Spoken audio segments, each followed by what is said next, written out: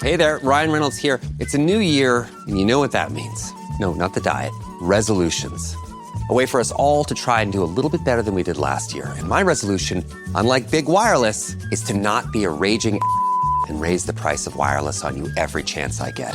Give it a try at mintmobile.com/switch. $45 upfront payment required, equivalent to $15 per month. New customers on first 3-month plan only. Taxes and fees extra. Speed slower above 40 gigabytes on unlimited. See mintmobile.com for details. Be honest. When's the last time you had a homemade meal? We get it. Between meetings, workout classes, and the kids' after-school sports, who's got time to cook? That's where HelloFresh comes in. No matter how busy you get, HelloFresh has everything you need to get an easy, home-cooked meal on the table. With flavor-packed recipes like Parmesan herb-crusted salmon, you'll be filling your kitchen with the cozy aromas of a homemade meal in no time. So go ahead, try HelloFresh. It's homemade, made easy. Learn more at HelloFresh.com. This podcast contains mature content, explicit language, suggestive situations, and partial to full frontal nudity. Listener discretion is advised. Don't let your kids listen to this. I think my new favorite thing in Cinephobe is we pick the daisy chain, we watch the movie, and then we find another daisy chain in the movie. New favorite thing. Yeah. Oh, like you change your mind on what the daisy chain is? Not even changing your mind, just finding another dumb connection between two movies that if you held them up next to each other, even with having seen two movies before, I bet you wouldn't think of the connection between those two. Now I'm curious as to what your new daisy chain is. I mean, do you want me to spoil it now? It's no problem. Throw it in the cold open. Yeah, why not? A guy about to retire writing a resignation letter. That's a good point, man. That's an excellent point. It's a direct connection between main characters. I didn't think about that. Wait a second. The Rock is about to retire. No, he's right. He hands him the letter. He's not retiring. Yes, he is. He hands him a fucking resignation letter at the beginning of the movie. That's different than retiring. Retiring is I'm not going to work anymore. Resignation is I don't want to do this shit anymore. Okay, Mr. Technical. Then a resignation letter, daisy chain. I don't think Gerard Butler at 39 years old was retiring. He is not no 39 years old. Well, whatever he's supposed to be. What are you doing there? I'm not a scientist. Your picks have been horrible, man. It's the point. That's the point of the show. Isn't it? Isn't it? It's possible. I don't understand what this podcast is about. Poppycock. It's a fuck house. On a weekly basis, we are consuming more concentrated bad movies than probably anybody in the history of mankind. Poppycock. What story? What story? What are you talking about? Do you want lunch? I have yet to laugh in this movie. I'll just tell you that. You picked it, motherfucker. So just remember that. You know what the problem with Hollywood is? They make shit. Unbelievable, unremarkable shit. I was legitimately offended. You were offended? I was offended. I didn't know you could get offended. I was offended. This did it. If I were gay, I wouldn't be offended. They're fucking making shit up, Amin. Inconsequential detail after inconsequential detail after inconsequential detail. Bees don't lie. 1, 2, 3, 4, 5, 6, 7. I'm holding a mic in my hands, and now I'm talking all alone.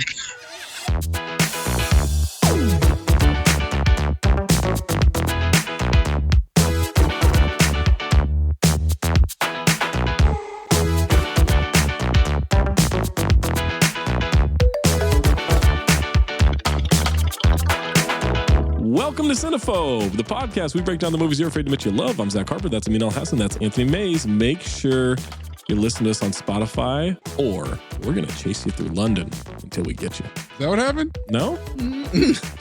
God, I mean, they got chased through London. They ran through London. They lightly jogged through London. Yeah. Horsemen. No, they got chased. Are you kidding me? They heard the motorbikes, guys everywhere. There was a whole surveillance team. I hope you have comfortable shoes, Mr. President.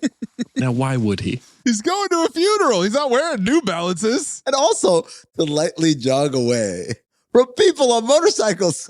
They smoked those motorcycles. We didn't even know where the motorcycles ended up. Oh, my God. Listen to us on Spotify, where you can vote in the poll. Like the poll for Feliz Navi, 91.9% phobe. That is the most decisive. Yeah, it's not a good movie. 10 people filed it, 8.1% file. Who are these 10 people? Mario Lopez. Spotify is also where you can leave a comment. Like Mezzo Dan, who said, just a band geek here attempting to make sense of the big deal with being a French horn player. French horn is pretty much considered the most difficult brass instrument to excel at, so her being the lead first chair of some shit, I don't know, symphony means she's got to be very good. Or the writers just picked an instrument that they thought sounded fancy and went with it. We still think there were writers. And then Ben Humus, 47, commented, hey guys, Ben talking here, also a delivery driver. Listen to the one Ryan Reynolds episode where you said he lived in Pound Ridge, New York while delivering in Pound Ridge, New York. Wow. Couple of professional notes. One, never have I or will ever give an empty box to a customer. And B, never will I enter a woman's home to be sexually harassed because of that one South Park episode where the UPS driver gets the shit beat out of him because the husband thinks he's banging all their wives. Nah, you got to. That's a risk worth taking, right? Yeah. If it's on the table, then so are you. We say it. Having sex on the table. And then Luis Flores said, this movie was shot in my town during COVID. I can say Mario Lopez had the town on alert. Put this town on alert. Awesome. Leave us a review, leave a comment. Make sure you're checking out the CT5 episodes on the main feed. Leave us your CT5 suggestions and lists on social media or in the Discord by subscribing to patreon.com/countthedings. You get access to ad-free episodes, extended cold opens, re-Washington live events, past, present, and future.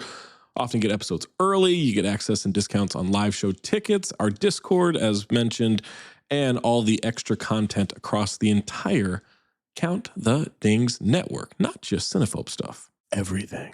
If you have submissions, submit it. Reminder, needs to be 40% or lower on the Rotten Tomatoes audience or critics score. We hit episode 250 and started a brand new daisy chain. Chain, chain, chain. Chain, chain, chain.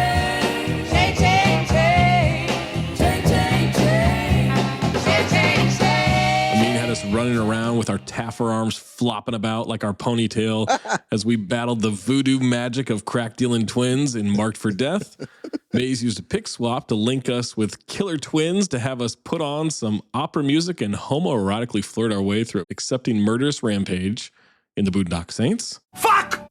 Mays then used Irish names. Sure did. Last names. To take us to Aruba so we could sort of fight snowmen who were attacking the kidnapped godfather of diddling in Red 1. And now Amin is using the quoted words has fallen to give us the 2016 action thriller London Has Fallen. Do you want to change it to resignation letters, Amin? I do. We got it. I like that a lot more. We changed it. Has Fallen is cool, but it seems very... I think Has Fallen is so much stupider, and that's why it should remain that.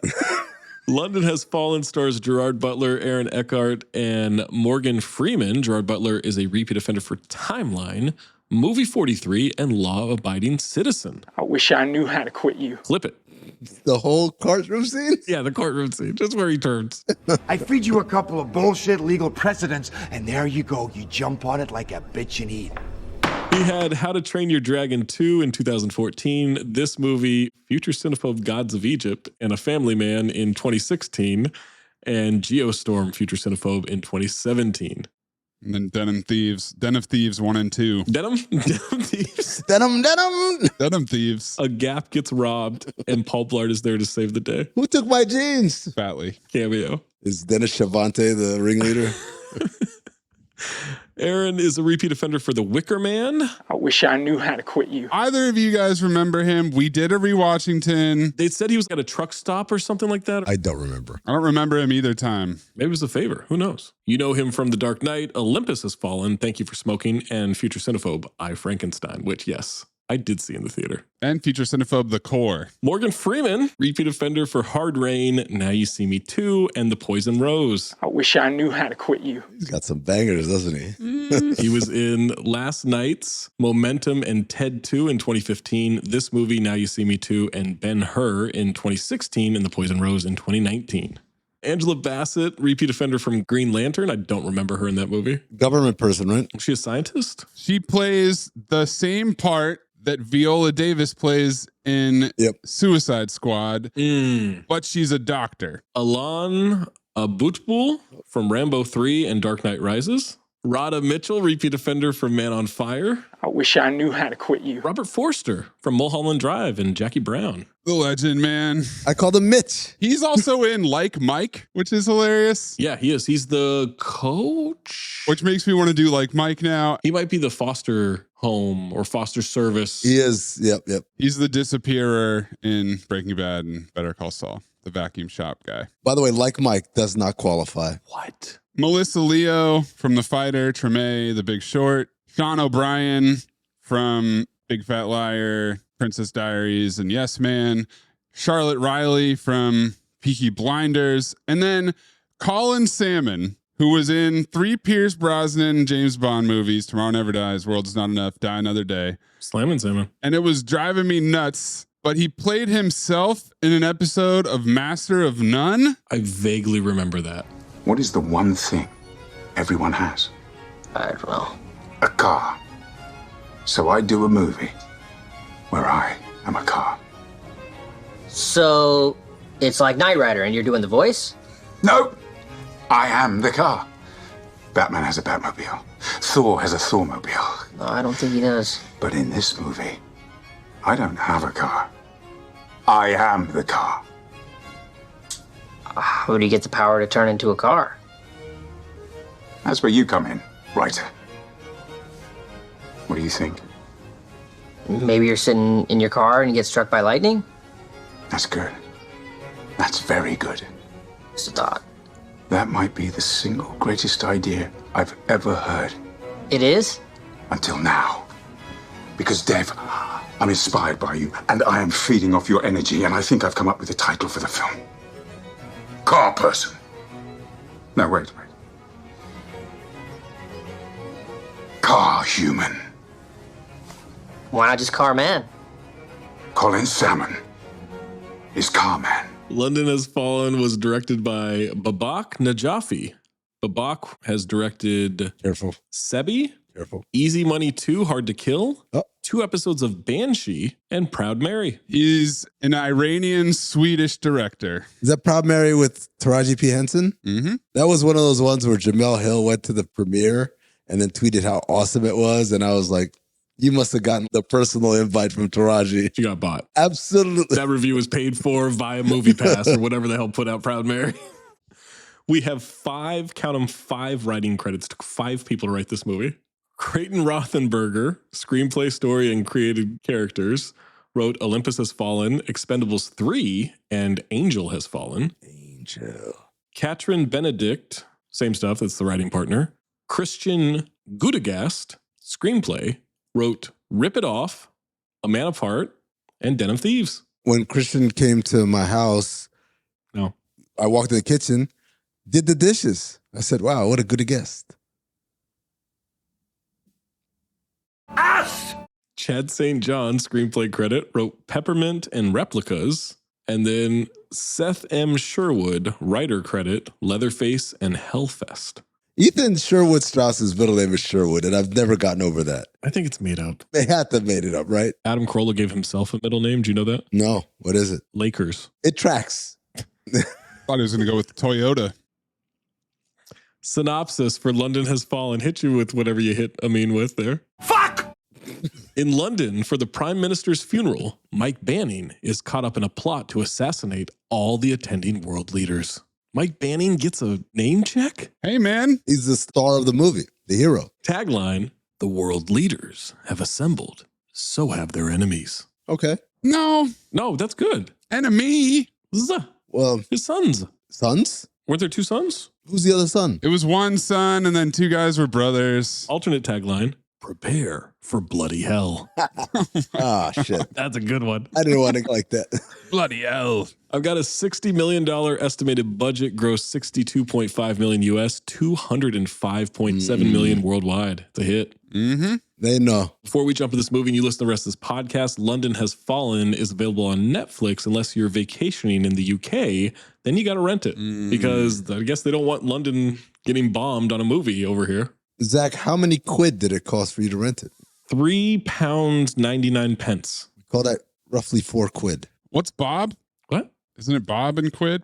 Bob's your uncle. Bob's in marketing. Out of the way, Bobby. A pound comprised 20 shillings, commonly called bob. So a shilling is a nickel. Yep. I was at a grocery store earlier. They had gluten-free haggis. If you're committing to haggis, you can have the gluten. Have you met a lot of celiac Scotsmen No. in your time? All I've seen is them eat fucking potatoes and meat. Gluten-free knocks you out of pints as well, so I'd imagine that's pretty tough. That's true. Yeah. London Has Fallen receives 28% on 197 critic reviews on Rotten Tomatoes, 51% from the audience on over 25,000 ratings. Amin, do you like the positive or the negative reviews? I am a helicopter getting shot down, half full kind of guy, so give me the positives. Spoiler alert. Hey, John, that's weird. That glass looks half full to me. Wow. Now that you mention it, it is half full. What'd you say? Oh, boy, what'd you think I was going to say? I thought you were going to do some dumb, like, I'm a half pint of Guinness kind of guy or whatever. That's not what you thought. You thought something else. You said, oh, boy. You thought I was going to... This goes back to the whole thing of Zach writing offensive jokes that he thinks I'm thinking of. You tried to peg me with AIDS during Tammy and the T-Rex. Stop saying that. It's uncomfortable. Ian Kane of Epic Times. Ian Carmel. Ian Kane Mail. London Has Fallen is an action fan's dream come true and a worthy follow-up to Mr. Fuqua's 2013 hit. Us! It is. Now we've all had one. Mike Massey of Gone with the Twins. What has changed spectacularly for the better is the amount and caliber of the humor. Whoa, that makes me concerned about Olympus Has Fallen's humor.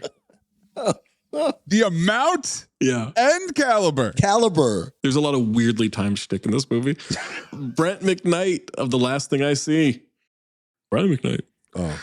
This is a big, dumb, jingoistic, stripped-down DTV-style action with a studio budget fronted by a grim, trash-talking hero with homicidal tendencies that would be psychotic in any other realm. If that's your jam, this movie's for you. Bingoistic. Brandon Davis of comicbook.com.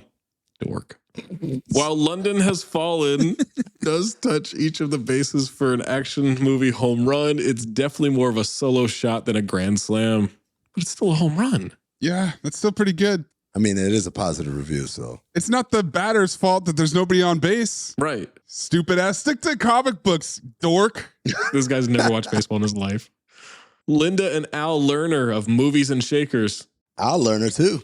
This may be Gerard Butler's best action film yet. Better than 300? This is before Law Abiding Citizen? This is after Law Abiding Citizen. And 300, yeah. Ed Travis of Synapse. Butler's Secret Service agent character, Mike Bannon, is a raging, murderous psychopath who takes every possible opportunity to shoot villains in the head and eyes, specifically those places. He does like the eyes. Sarah Cartland of Caution Spoilers. Man! The jokes are... I need more cheesy poofs. The jokes are dire. Louis Spinnock. The politics dodgy. The hero, a man from whom every president should run like the wind, but the main action sequence is well done in its scale and relentlessness, and there's a terrific product placement for free British tap water. Robert Roden of Laramie Moviescope. Mr. Roden. Some will find this movie offensive because it is politically incorrect, but I was okay with it. After all, it is just a big, dumb action film. There's a message in it, too, about the unintended consequences of drone strikes. Message! They ended with a drone strike. That is not the message. This movie. Literally end the movie with another drone strike. Christian Toto of HollywoodInToto.com. If you listen to NPR, better steer clear of London Has Fallen. Ooh, he said liberal cucks. Rob Hunter of Film School Rejects. If mid-'80s Chuck Norris beard emigrated from his face, went to film school and directed a movie, London Has Fallen would be that movie. Only the beard directed the movie. Yeah. But after going to film school. Have you guys ever seen Delta Force? Of course. Same Ope vibes. And then user Frank C, 4 out of 5 stars. Another superb installment in the Has Fallen series. Most of the harshest critics of the film is ideological. Bunch of nonsense about the film being too jingoistic and fostering Islamophobia. London Has Fallen gives us great heroes, villains, and action sequences to keep the viewer engaged. Follows the genre's formula well. If you hate the United States and sympathize with Islamic extremism, then you'll dislike the film. That's true. I think a majority of the negative reviews from critics and viewers come from their political outlook. That's a great point, Zach. If you hate the U.S., then you'll hate this movie, I guess. Courtesy of Frank C. Frank Cologne. Negative reviews. Stop being a pessimist. This tank is not half full. It's half empty. Matt Brunson of Film Frenzy. Jalen Brunson. London Has Fallen suggests the sort of film Leni Riefenstahl might have made had she paid Hitler off Wiederhessen and trotted off to enjoy a lucrative Hollywood contract under David O. Selznick. Whoa! That's crazy. This is the greatest review ever in the history of Cinephobe. I'm going to request Zach reads it again without laughing. London Has Fallen suggests the sort of film Leni Riefenstahl might have made had she bade Hitler off Wiederhessen and trotted off to enjoy a lucrative Hollywood contract under David O. Selznick. Wow. It's one of the best reviews we've ever had. So if Leni Riefenstahl had sold out, yes, this is what we'd get. Phil W. Bales of One Room with a View. The underlying nastiness here, aimed mostly at Arabs, makes it feel like cheap propaganda, a comparison not helped by shockingly shoddy special effects. Also, they're not Arabs, you racist fuck. Zaki Hassan of Zaki's Corner. Oh, I wonder what side of the fence he falls on. I may not have liked Olympus Has Fallen very much, but it felt like All the President's Men compared to this sequel. Sarah Mars of Laney Gossip. The action in London is equivalent to watching someone else play video games, and there are a handful of first-person POV shots that make it even more game-like. It's also largely incoherent. The scene where the Sprinter van rolls up and the sliding door opens up and the guy has a Gatling gun. Yeah. I'm 98% sure I played that in Call of Duty. Absolutely. That's happened in Call of Duty. Lulu Menick of New York Post. Racist, stupid, and boasting cheesy effects that wouldn't pass muster on basic cable. And then Mike Ryan of Uprocks, not that Mike Ryan. Oh. It's the perfect movie for Trump's America. You sure it's not that, Mike Ryan? We'll get Amin's first note, May's first note, and my first note after these messages, unless you are a Patreon subscriber, and then you get an ad-free episode via patreon.com/countthedings right now. Playoffs? We're talking about playoffs? You bet we are. Get in on the action at DraftKings Sportsbook, an official sports betting partner of the NFL. Scoring touchdowns is key to winning in the playoffs, and you can score big by betting on them at DraftKings, the #1 place to bet touchdowns. Tutties. Ready to place your first bet? Try betting on something simple like a Josh Allen touchdown or the best connection in the NFL, Joe Burrow to Jamar Chase. Pay attention, though, because lines and odds are subject to change. New DraftKings customers can bet $5 to get $200 in bonus bets instantly. Download the DraftKings Sportsbook app and use code CTD. That's code CTD for new customers to get $200 in bonus bets instantly when you bet just $5. Only on DraftKings Sportsbook. The crown is yours. Gambling problem? Call 1-800-GAMBLER. In New York, call 877-8-HOPE-NY or text HOPE-NY 467-369. In Connecticut, help is available for problem gambling. Call 888-789-7777 or visit ccpg.org. Please play responsibly on behalf of Boot Hill Casino and Resort, Kansas. 21 plus age and eligibility varies by jurisdiction. Void in Ontario. Bonus bets expire 168 hours after issuance. For additional terms and responsible gaming resources, see dkng.co/audio. This episode is brought to you by Companion. Iris and Josh seem like the perfect match, but when a weekend getaway turns into a nightmare, Iris realizes that things aren't as perfect as they appear. From the creators of Barbarian and the studio that brought you The Notebook comes a twisted tale of modern romance and the sweet satisfaction of revenge. Companion, only in theaters January 31st. Rated R, under 17, not admitted without parent. Shop now at the Home Depot and get up to 35% off select appliances. Plus, save up to an extra $400 on select appliances like Frigidaire. From the stainless steel French door refrigerator with crisp steel drawers to keep produce fresh longer, to the 5-burner electric range that lets you cook more at once and get meals on the table faster. Right now, get up to 35% off select appliances like Frigidaire. The Home Depot. How doers get more done. Pricing valid January 9th through January 29th. U.S. only. See store online for details and minimum purchase required.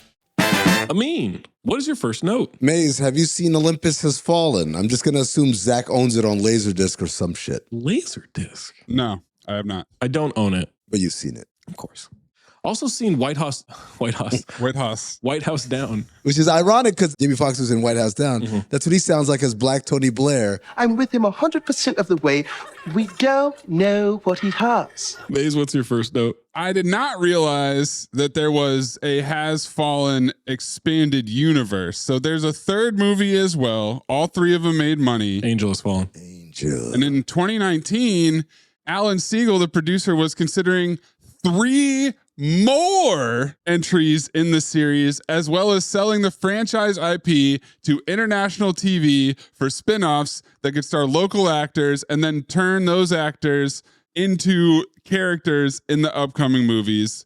This only happened one time. There was a French TV series called Paris Has Fallen. And then the fourth movie, Night Has Fallen, in Africa, had some setbacks, mostly because a lawsuit over monetary disputes with Gerard Butler. He feels like they didn't pay him enough money, but they settled it and now it's in production. I'm not mad at spinning it off and then having all of the spin-off actors who are countries' respective Secret Service agents meeting up in an Avengers Endgame of Has Fallen. It's not a bad idea. It's not a coincidence that the idea happened when Avengers Endgame came out because everybody thought they could launch we're just going to have 15 movies and shows and they're all going to tie together. The inclusion of Gerard Butler has me a little bit confused because why is this guy still employed? Why are any of these people still employed? They're awful at their job. Well, it's not his fault. That's the CIA's fault. His job is just to keep the president's alive. All right. They pretty firmly pin everything on England in this one. Yeah. For sure. Zach, what was your first note? Available on Netflix, but not in the UK. Cowards. Time to get another VPN sponsorship.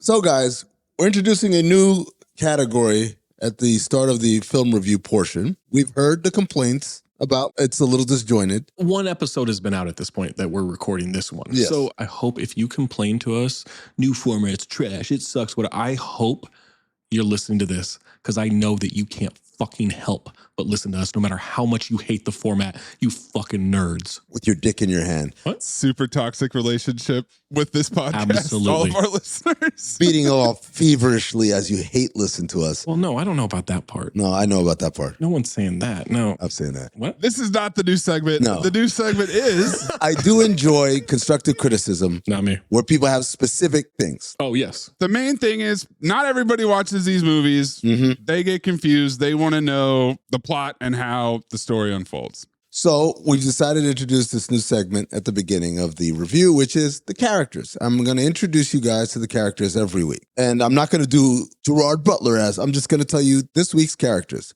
We've got Mike Banning, who's the hero of the movie. He's a Secret Service agent. We've got Harvey Dent. He's the president of the United States. Well, okay. This is already off. What? I'm not going to tell you who they are. Harvey Dent is not... What? Just say Gerard Butler then. No. These are the characters. Okay. All right. Morgan Freeman, who's the vice president of the United States. Angela Bassett, who's bad at her job as the director of Secret Security. We've got the bad guy, Amir Barkawi. He's got his son, Kamran Barkawi. Killer Cam. And then we've got Mace Barkawi, who's the guy in the chair who's actually a guy in the chair. The Reza. Yes. The Jizza. That's right. Those are the other terrorists that are in the tunnels.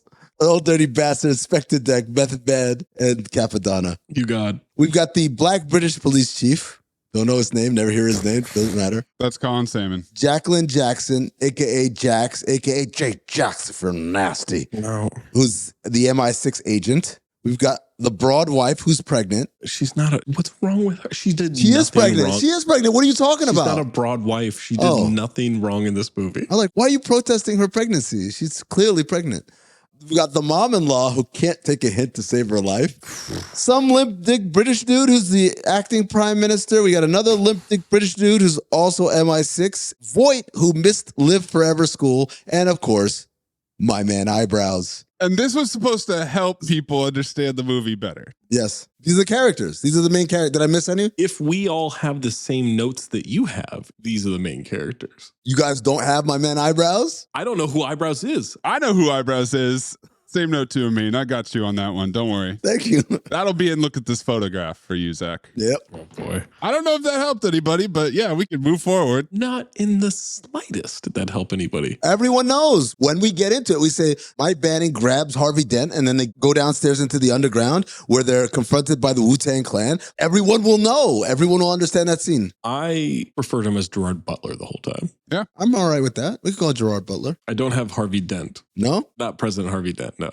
Well, hopefully this will help out with Amin's plot summary, which is coming up next. Why don't you try telling us what the fuck happened? Time for plot summary. Now, I threw this out there earlier, and I do genuinely think this is what's best for the future of this format. I don't think you guys should be writing this shit out. Zach does not want us to have pre-written raps. He wants us all to go off the top of the dome. I think it's funnier that way. Now, less informative. I'm not going to do it because people need to have at least the opportunity to understand what happens in this movie. But they're complaining about spoilers, and you love the listeners so much. Oh, let's take every little bit of constructive criticism. Let's take all their notes. You can do whatever you want. I think it's more entertaining. You can freestyle it. You can continue to cover the first 20 minutes of the movie and then do the last hour in about 10 seconds. That's funny. That's great. I hope you get better at it. I'm not going to do that. We just make jokes. We don't give a shit about the plot. Well, I don't know. It depends on the movie. I cared about Ed. Everybody do their plot summary the way they want to do it. Zach wants to freestyle it. That's great. All right. But Amin picked this movie. He's going to go first. I'm going to try freestyling it. 99-minute movie, 99 seconds on the clock. But a summary ain't one. All right. So there's a bunch of guys at a wedding in Pakistan, I believe, somewhere in the Middle East. And there is a terrible drone strike that happens and kills these people. We find out that these people are actually terrorists and that this was a targeted strike by the United States. Cut to, I guess, the Prime Minister of England dies. And so they've got a funeral. The president is in the Oval Office. He gets visited by 3 different people who have 3 different things for him. They said one is the Speaker of the Senate or whatever, some shit, I don't know, is on the phone. One is his son, his horny-ass son is on FaceTime and wants to talk about a date he went on last night. And the third is a mystery call. The mystery call is where we find out the British Prime Minister is dead. All the world leaders have to go to England to attend this funeral. They go to the funeral, and that's where the terrorists strike back, and they kill everybody, except for the president, because Gerard Butler was smart enough to say, ooh, let's land a little early. So now Gerard Butler and the president have to try to escape, but they get shot down in a helicopter as they try to escape. So now they have to escape London by foot. They got to get to the embassy, but surprise, surprise, the terrorists are impersonating Delta Team 6 or whatever, SEAL Team 6, Delta Force, whatever the fuck. And so now they've got to escaping them. And then MI6 shows up and says, hey, we're a little late. What did we miss? Like, oh, the president was trying to get assassinated. How the fuck do we get out of here? So what they end up doing is, I don't know. I can't wing this, man. This is a lot harder than it looks. Gerard Butler stabs some people in the eyes. That's it, the end. What? This is hard, man. Zach? Oh, 3, baby. 1, 2. Look, do me a favor. I don't want to do a countdown before I do the scene. No countdown. Can we just do it off of action? Just in your own time. Good. So I'm not a rocket ship, okay? Okay. All right. All right. We are in Pakistan, and we are at a wedding, and Barkawi, who is how Frank Dukes would say broccoli, is this mass terrorist who has a family of terrorists, and they're trying to kill the whole world or something, or just maybe sell arms. I don't know what they're really trying to do. But they get bombed, drone strike. They're dead. Get them out of here. They're done. Now we've tipped off the movie. Prime Minister of England dies in his sleep, and Gerard Butler finds out, the president finds out, and Gerard Butler's like, oh, but I'm about to have a baby. I'm going to quit. I'm a coward. And he's like, nah, you got to go to England with me. And he's like, but we're not prepared. He's like, nah, I got to go to England. So they go to England. They go for this funeral. Everyone's there. Chancellor of Germany, whatever the hell is in Italy, French president, everybody's there. They're like, hey, man, I'm going to be on a boat. Hey, I'm the Italian president. I'm going to have sex with this mistress on the top of a chapel. Everyone's there for the celebration. Now we get into boom, explosions, boom, everyone's getting gunned down, boom, everyone's dying except for the president. The president manages to get away because Gerard Butler is smart. And he said, hey, what if we got there 10 minutes earlier? They'll never suspect it. So they're running through England. They get to the MI6 Safehouse. There's this person that I'm assuming Gerard Butler used to have sex with. She's going to help him and everything. Oh, there's a big conspiracy.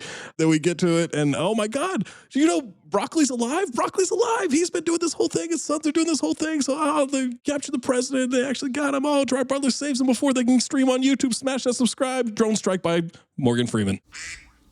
I like hearing the duck. The duck is a buzzer. All right. 3, 2, 1. Infamous arms dealer Amir Barkawi tells his son, vengeance must always be profound and absolute. Then his daughter's wedding is interrupted by a drone strike. 2 years later, Gerard Butler is a Secret Service agent with a pregnant wife and a dirty mouth. He's considering retirement and types like Stallone. The British Prime Minister dies. His funeral will be a clusterfuck of world leaders. They're all over London, including the Italian Prime Minister trying to bang his mistress on top of Westminster Abbey for some reason. For her 30th birthday. It seems like every cop in England is a compromised asset as they blow up bridges and buildings, killing all the leaders except President Aaron Eckhart and the new British Prime Minister. Butler and the president get to the chopper, named Live Forever, which promptly gets shot down by RPGs. Vice President Morgan Freeman finds out, surprise, it's Barkawi, number 6 on the 10 list, and not dead. Butler takes the president to an MI6 safe house on foot, knows they're not spray and pray hillbillies, but terrorists from Fuckheadistan. London decides to surrender and plays the air raid siren. Raid. MI6 agent Jax knows there's a mole. Safehouse is compromised. They kill everyone and escape. Drive straight into a heavily surrounded embassy, get Helen hunted, president taken. Butler links up with the Scotsman, loses his accent for a minute. They locate Barkawi HQ. Long tracking shot of a gun battle. Barkawi's son is a content creator desperate to live stream presidential murder. They slow him down by unplugging his internet router. Butler goes solo, parkours his way in, kills everyone, saves the president, blows up the building. They dive in an elevator shaft and survive. Jax kills the mole. Drone strike on Barkawi. Butler decides not to retire because he owes it to his baby. Wow. With 5 seconds to spare, I mean, you want to use these last 5 seconds? I love the scene where the mole is exposed. Oh my God. Spoiler alert, that's my golden dumpster. It's so lazy. Little underdeveloped plotline. Nope. Underdeveloped. Nope, it's perfect. That's like saying if a woman gave birth at 3 months, that's a little bit of a premature baby. Slightly premature. What are you talking about? Oh, man. When you were telling the story last night, you had so much detail. The detail was so rich. It was rich detail. Go into incredibly descriptive details of the story so we all know. Oh, yes. All right, let's get to the scenes of this movie that matter most to us. We're going to adjust it a little bit. The opening scene with the wedding bombing. I love that we are establishing this is a bad arms dealer. How do we know? How do we know that, Zach? Well, there's about 30 reports of newscast position that let us know all these terrorist attacks that are happening in the Philippines. Why are these terrorist attacks happening? To fuel instability. Oh, yeah, that's right. It's the Barkawi family, which again is how young Frank Dukes would say broccoli. He's got Killer Cameron as his son. And I love that they bring the humanity of the family into it. Yeah, he's a terrorist, but he's got a daughter. He's a girl dad. Hey, man, The Godfather started with the daughter's wedding as well. I thought the same thing. We need to discuss General Rahman. It's your sister's wedding. I'm sorry. It can't wait. That was like, oh, this is important. This is big. But I also had another thing that I noticed about the elder Barkawi. Okay. I think he's autistic. He never makes eye contact. Did you almost say autistic? Yes, I did. You know why? Because I wrote autistic. And I remember writing it and saying, that's not how you spell it. Then I said, fuck it. I don't know what I meant. I know what I mean. At first, I thought he was going to be blind. Because he's doing this a lot, man. Don't mimic it. Well, I'm just saying. Don't mimic it. We're on video. This part won't be on video. This part will not be. Shit. He does stare straight into the camera later for some video chatting, though, so I don't know. Yeah, but you can't really see them. They can do it to a camera. They just can't do it to other people's eyes. They? The authors. There's no fucking way they survived that. The drone strike? No. They're dancing out in the open. Well. They're under tents. The drone image that we get right before the strike happens is the most open space I've ever seen in my life. Not since Conan the Destroyer was taking a hard left for no reason have we seen an open space on screen like that. You could not plan a better target for a drone strike than that wedding.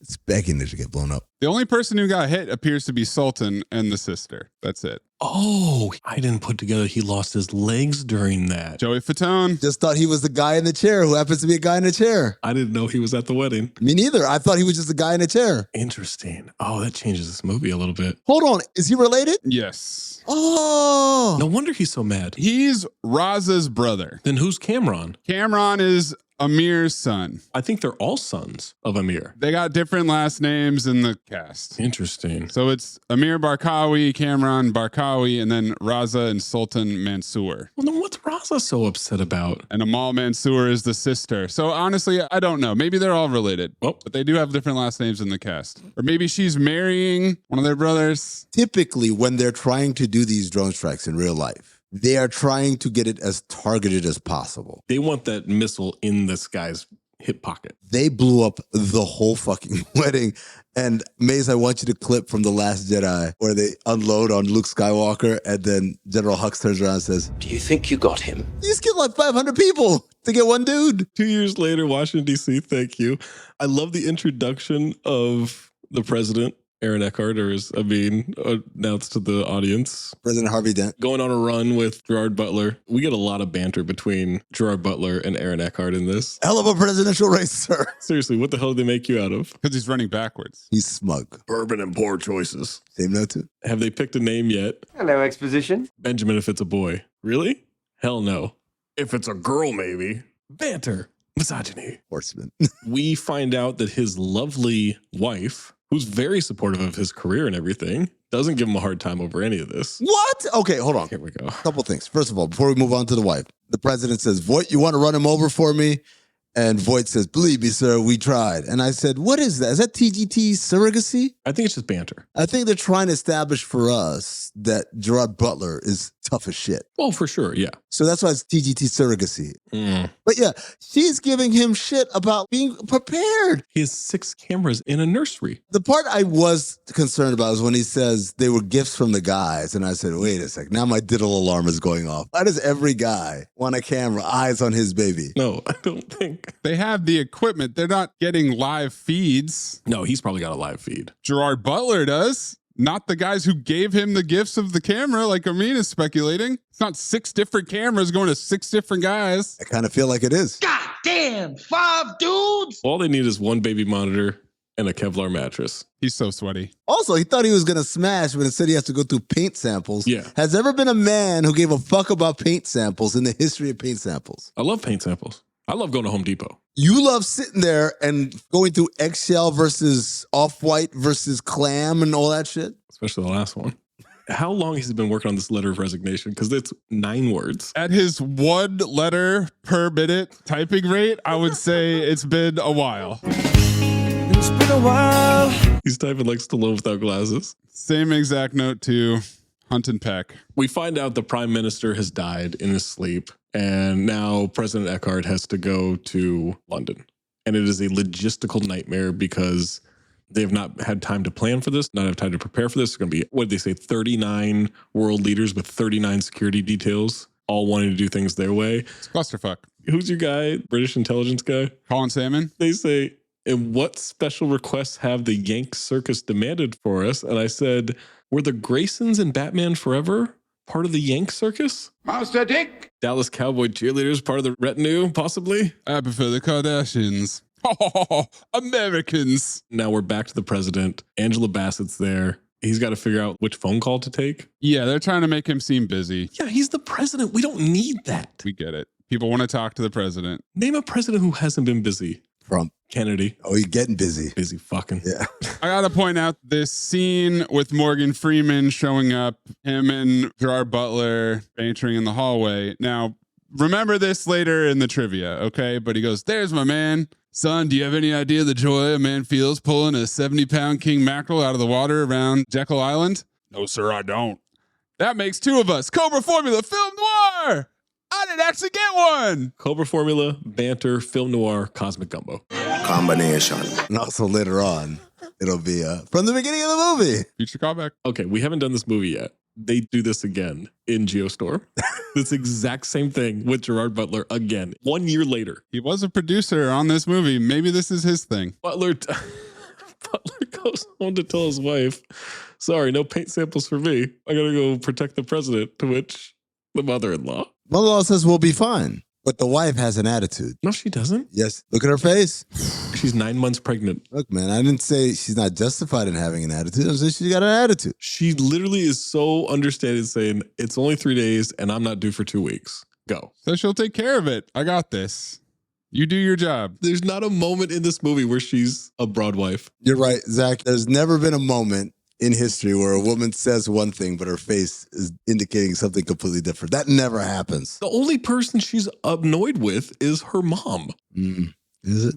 Isn't it? Welcome to Cinephobe. I liked when we get on Air Force One, the exposition that Angela Bassett will be the godmother to the child. And it only took her 2 fucking weeks. Yep. Is this Cobra formula for us? Yeah. Because she says, yes, I'll do it. And I'm like, do what? But he checkmates her and says, well, that only took 2 weeks. And so then she's got to come back and say, well, it's no small feat being a godmother. Hello, exposition. There's nothing to think about. There is absolutely zero responsibility morally or legally for this. I'm a godfather. Yeah, if you can do it. Something happens, I don't have to take the kid. Godfather Zach. It's to show that they're friends and shit. Why did you start doing my Steven Seagal impersonation? Is Steven Seagal Godfather Zach the father of Zach's godson here? Steven Seagal father. And it's so Angela Bassett can say, well, I'm competent, brilliant, stunningly beautiful, and really fucking honored. I like the idea that Zach's assessment that being a godparent is doing jack shit. What do I have to do? Based off his experience of doing jack shit. I'm a 2-time godfather. I haven't done anything for these children. It would be like Jordan Poole explaining what it takes to be an NBA superstar. Oh, it's crazy. You just shoot whenever the hell you want. Yeah. Don't have to play any defense or anything. My guy Colin Salmon goes to work. It's a mega day. He says, muck in, get it right. Muck in? Good morning, London. And then he does absolutely fucking nothing the rest of the movie. He's so useless. At this point, we find out the nickname for the president. He's not President Harvey Dent. He's not President Aaron Eckhart. He's President Southpaw the rest of the movie for me. Clip it, Maze. Clip Southpaw. I can't clip it. It's a fucking license plate. Clip what? Same note too. Did you see the license plate on Air Force One, though? No, what is it? Cobra formula.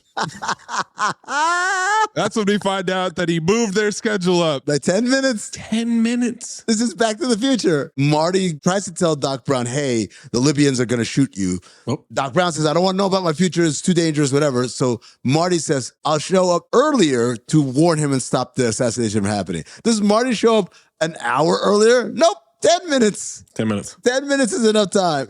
We get shots of every world leader we're supposed to know. Security montage, most protected event on earth. German Chancellor ladies in Buckingham Square. Canadian Prime Minister, everything's gonna be fine. Japanese Prime Minister stuck in traffic on a bridge. French President on a boat. The German Chancellor, I legit thought that child was gonna be the terrorist and killer. Same note too. That's what they wanted you to think. Sean Astin digging a pool. Who the hell grows up wanting to give a flower to the German Chancellor in London? What a weird thing to do. That's why I thought she was a terrorist, because this is so odd and out of place. Read a history book, kid. This is a movie trope I hate. Women in power. A child or even anyone walking through a crowd, that never happens in real life. People are assholes. They will never get out of the way. Agreed. But this child, they open it up like fucking Moses in the Red Sea. All right. The Canadian Prime Minister, nice family's position. Driving test. Yeah. Somehow his fault. What was that for? It doesn't matter. The Japanese Prime Minister, ain't you a bitch? They didn't even get him an escort. They didn't fucking clear the streets for him. None of this makes any sense. I mean, keep going. The French president on a boat? He's like, hey, give me 10 minutes. I'm on an iPad. Did he take the boat from France? Is that what we're supposed to believe? Took the channel. Yeah. Cool. Have to. And then there's... This is the only thing that matters. The Italian Prime Minister, Antonio Gusto. That's not his name. That can't be his name. His name is Antonio Horny. Did you notice that they gave us a chyron introducing everyone except for him? So I'm going, who the fuck is this guy? You couldn't tell? I figured it out, but why is he on top of Westminster Abbey? He seems to just be doing a tour. The second we find out that he's got a 30-year-old mistress, I knew he was the Italian Prime Minister immediately. I was wondering if he was one of the terrorists. Antonio Gusto? Well, they didn't tell us his name. He's about to terrorize her. And then we see a girl, and she says, oh, it's so great for my 30th birthday. And I'm like, is this dude about to fuck this girl on top of a church? Golden dumpster, by the way. Absolutely. Southpaw gets there. Lots of shots like the Dark Knight of guys in cop uniforms walking by suspiciously. He leaves us hanging, though, for Cobra Formula. He asks, what's wrong, to Gerard Butler. Nothing. Yeah. Bugs the shit out of me. I wanted the guy to say what bugs the shit out of you, but he doesn't take the bait. It's a, I've got a bad feeling about this moment. It reminded me again of the Jake Paul Mike Tyson fight. I don't like his legs. Everybody let it hang. I don't like his legs. It's attack time. It's a series of events. Canadian car blown up, German chancellor shot, and it seems like every single cop in England has been compromised. This is The Dark Knight. It was at a funeral. Yeah, but The Dark Knight was like 2 guys. But I'm all right with so many cops being compromised. They're called bobbies. I'm all right with the Canadian prime minister getting blown up in his car. Call them bobbies. I'm all right with the Japanese prime minister on the bridge and the bridge blowing up. Respect the boulevard. I'm all right with the German chancellor getting shot by the meat eaters. Beef eaters. Beef eaters. Meat eaters is a different movie. Yeah. What I'm not all right with is these assholes knew that the Italian prime minister was banging some broad. Yeah. There's no way there was any intel on that. There is. What was it? He's the Italian prime minister. Where else would he be? What else is he going to be doing at a funeral? He's going to be banging a mistress. I don't even think he was going to the goddamn funeral. He just happened to be in England. He just happened to be on the top of Westminster Abbey. The mistress said her dream was to have sex on top of Westminster Abbey on her 30th birthday. Same note, too. Wait, with the mistress or yes. with me? With you. Oh. I kind of liked the CGI bridge destruction. I didn't understand. I thought maybe this is like a knowing situation where you guys were wrong about the great CGI of the plane crash and knowing. It's a great scene, great visually. All the reviews were like, oh, the CGI is trash. I thought it was pretty good. No, they're talking about the missile strikes on the helicopters. That CGI was awful. Sure, but everything else, okay, so you got a 98 out of 100 instead of 100 out of 100. It's a 98. It was the CGI of the French president exploding. Yeah. That was a huge explosion. That one. And the CGI was not very good. It was in the middle of the river. They're on water. What's that response? Things blow up differently on water. Oh, okay. Got it. That's true. He's got a good point. Yeah. And then back to calling Sam, and he's like, oh, fuck. He doesn't do shit. He hasn't done anything all day. 5 minutes after saying, muck up and get it right, he watches them fuck up and get it wrong historically. He does nothing. We get a shot of the flower that the child tried to give her with some bloodstains on it. Message. Look, this is a weird thing to think, but I thought that's some pretty good memorabilia. If you swipe that from the scene. And I said, Cinema, golden dumpster. So we get the grenade launcher, right? You're fucked if someone's got a grenade launcher. There's nothing you can do. You're fucked. It's the greatest handheld weapon in history. Especially in that situation. Close range like that. They're hiding behind a car, shooting at us. Blow up the car. All hell breaks loose, right? Explosions, grenade launchers, bobbies are evil. They're shooting up people, whatever. Gerard Butler starts picking guys off, right? And trying to keep the president safe. Yeah. It was like 10 minutes. And he's like, we got to call for backup.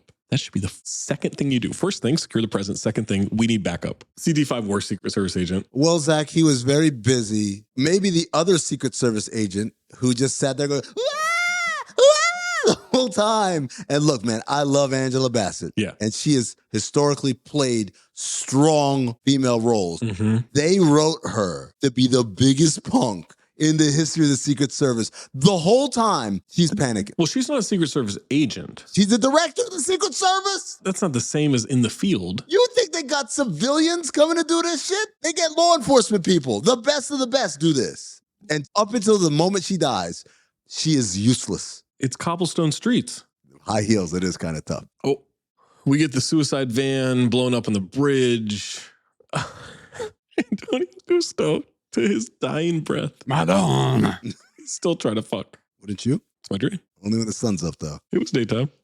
They blow up Westminster Abbey. The barge explodes, everything you said. We get aerial shots of all the destruction, all the mayhem. And I know it's a movie, but do you guys have any idea how hard it is to coordinate a single terrorist attack? Careful. Let alone 6 of them? Careful. All at the same time? Careful. With the highest level of security ever. Maybe have Mayes bring this up? I thought they were gonna, attack them all when they were in the same area at the funeral. Nope. No. All over town. Why wouldn't that be the case? They were well prepared, and they had an unbelievable number of people in the field. I mean, they have a fuckload of people. We do find out later in the movie that he recruits. Sure. He doesn't have an army, but he's recruited all the miscreants from around the world to come do this. It's willing suspension of disbelief. I get it. It's ridiculous how well coordinated it is. And also, it's ridiculous, as you guys pointed out, there's a decent security team around the U.S. president. Mm-hmm. The Japanese prime minister is by himself stuck in traffic. Bumper to bumper traffic. He had another guy in there. He had the driver. He's a sitting duck. Yeah, but they're above water.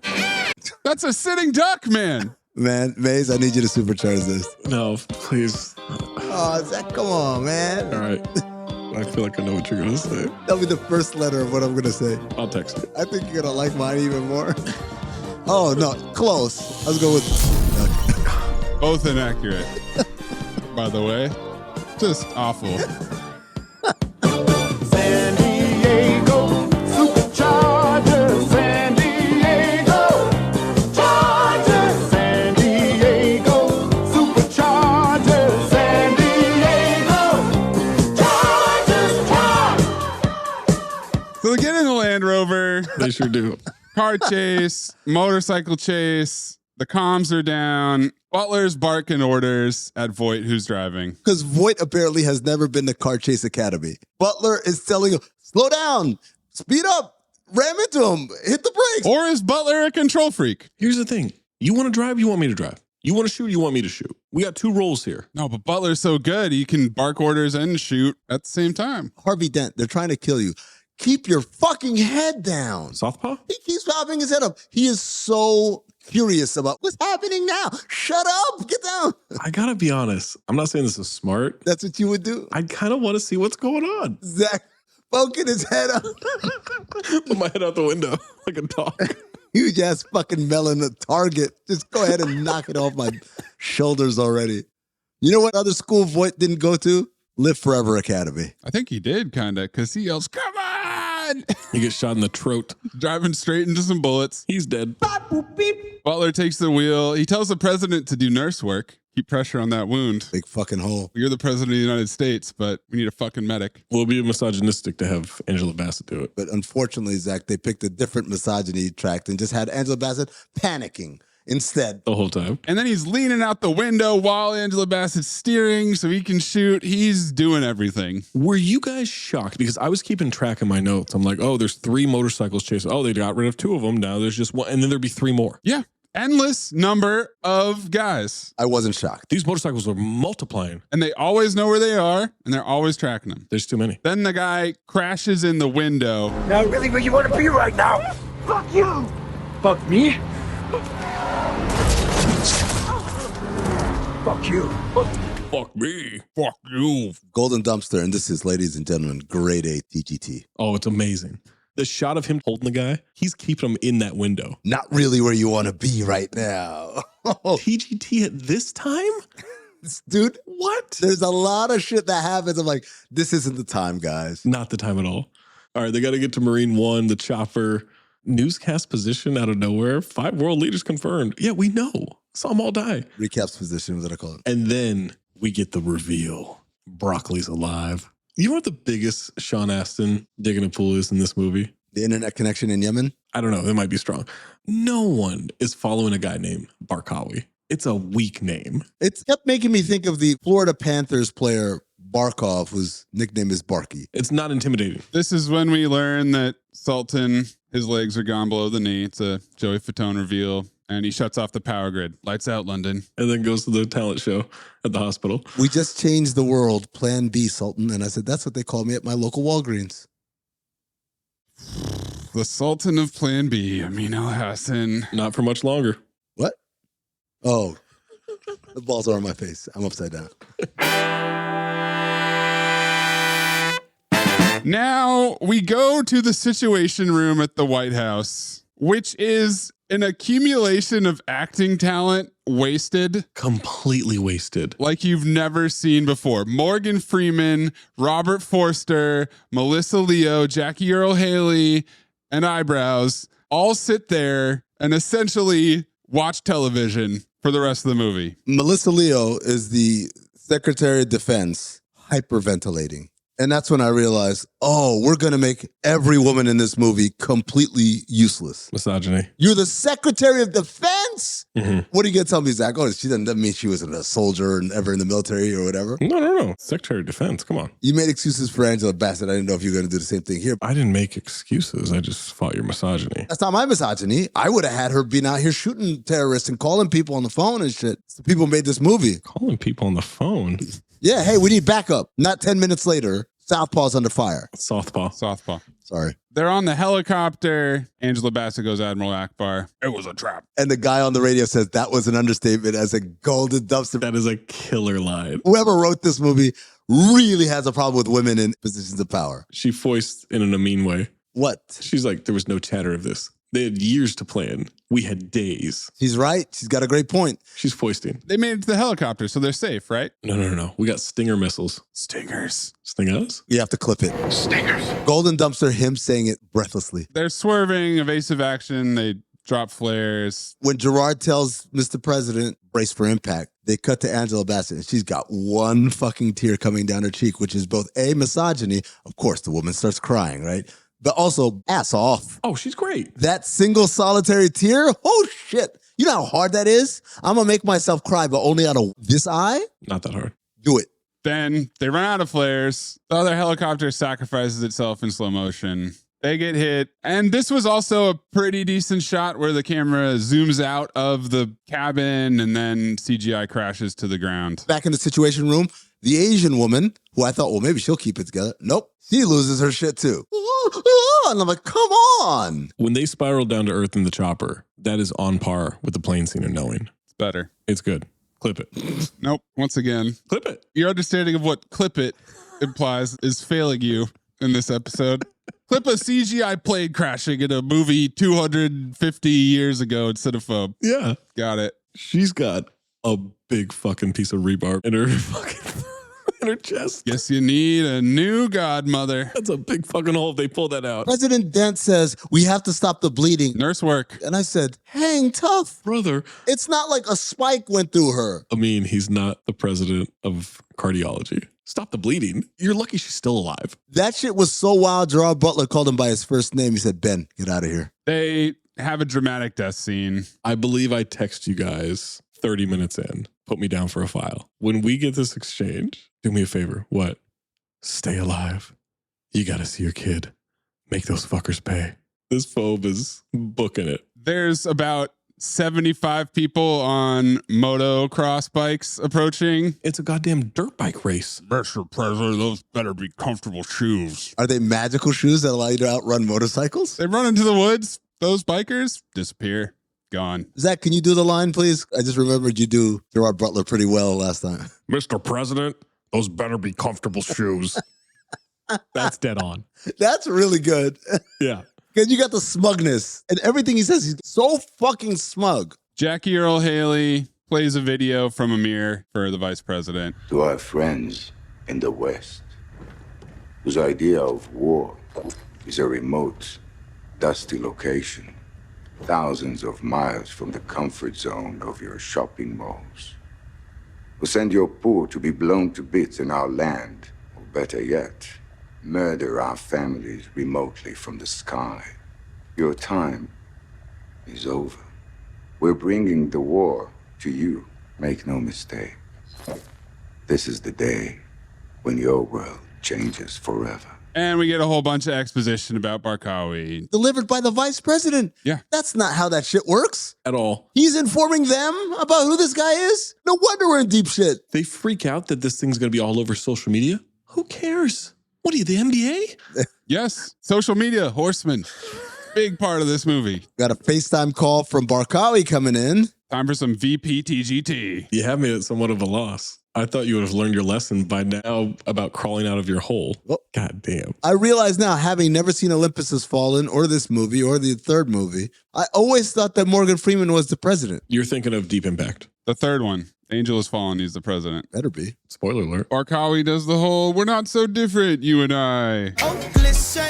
All he did was sell triggers, just like Morgan Freeman in the United States. Message! Surrender the president. He wants the president. They're not going to give it to him. He hangs up. Gerard Butler hits the dude in the throat. And he's down for a while. Take his AK. It takes the president so long to figure out what's been happening. This dude is an anchor when it comes to surviving. You're the president. I mean, that's not his job. I've never seen a man suffocate before. I didn't have a knife. They have a man on the inside. One? Looks like it. I think they got a couple more than one man. These ain't your typical spray and pray hillbillies. These guys are pros. They're going to go to an MI6 safe house. You have a contact that you trust? Yes. And I swear to God, my note, I bet this agent is hot and has a vagina. Guarantee it. If you could choose one. Hot. He says every cop is a terrorist asshole until proven otherwise. I said, Al-Qaeda? A-C-A-T-A? Every cop is a terrorist asshole. I thought you were asking if they're Al-Qaeda. I'm like, I don't know, Zach. Oh, no. They didn't really identify the name of the organization. They got to get underground. They get into the tube system, and it's battle time. Blue smoke grenades. This is cool. Doubling back on them. Great action, great shots. Takes them all out. Could have used a little bit more fighting. He hears the radio. Roger's not feeling too well at the moment. He's a little bit fucked up. Yo, what's this dickhead's name? This is Kamran. Who is this? Hey, Cameron. My name's Mike Banny. You are the one with the president. Bingo. So why don't you boys pack up your shit and head back to Fuckheadistan or wherever it is you're from? Oh. Yeah, that's a massive hope.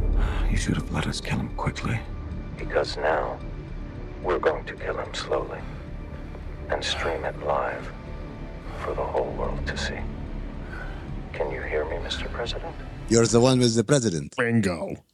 He twists the knife, and Raza, that's the sound of your brother dying. And Eckhart says, was that really necessary? Buddy, what movie are you in? Zach, you've got to answer the question. Was that really necessary? No.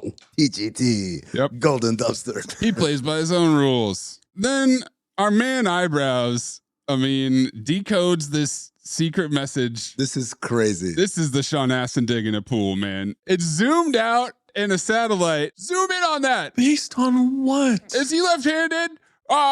Left hand, southpaw, 6, short for MI6. What? That's it. This guy's a genius. For all you know, he shattered his hand, his right hand, and it's just a bag of bloody soup at this point. But you're like, no, he must be a southpaw. He's looking up at him. That's how they know. If it was just a broken hand, he would have been looking anywhere else. But he's looking up at them. Well, maybe because he knows who he's trying to save. The guy that all of a sudden goes, oh, those innocent people, with his ass firmly on. No. He's terrible. Don't do that. Dead because of me. Yeah, I didn't understand all that. Fuck that. Fuck them. They're trying to kill you, sir. And they've killed all these people just to make everyone else a little more afraid. Well, fuck that and fuck them.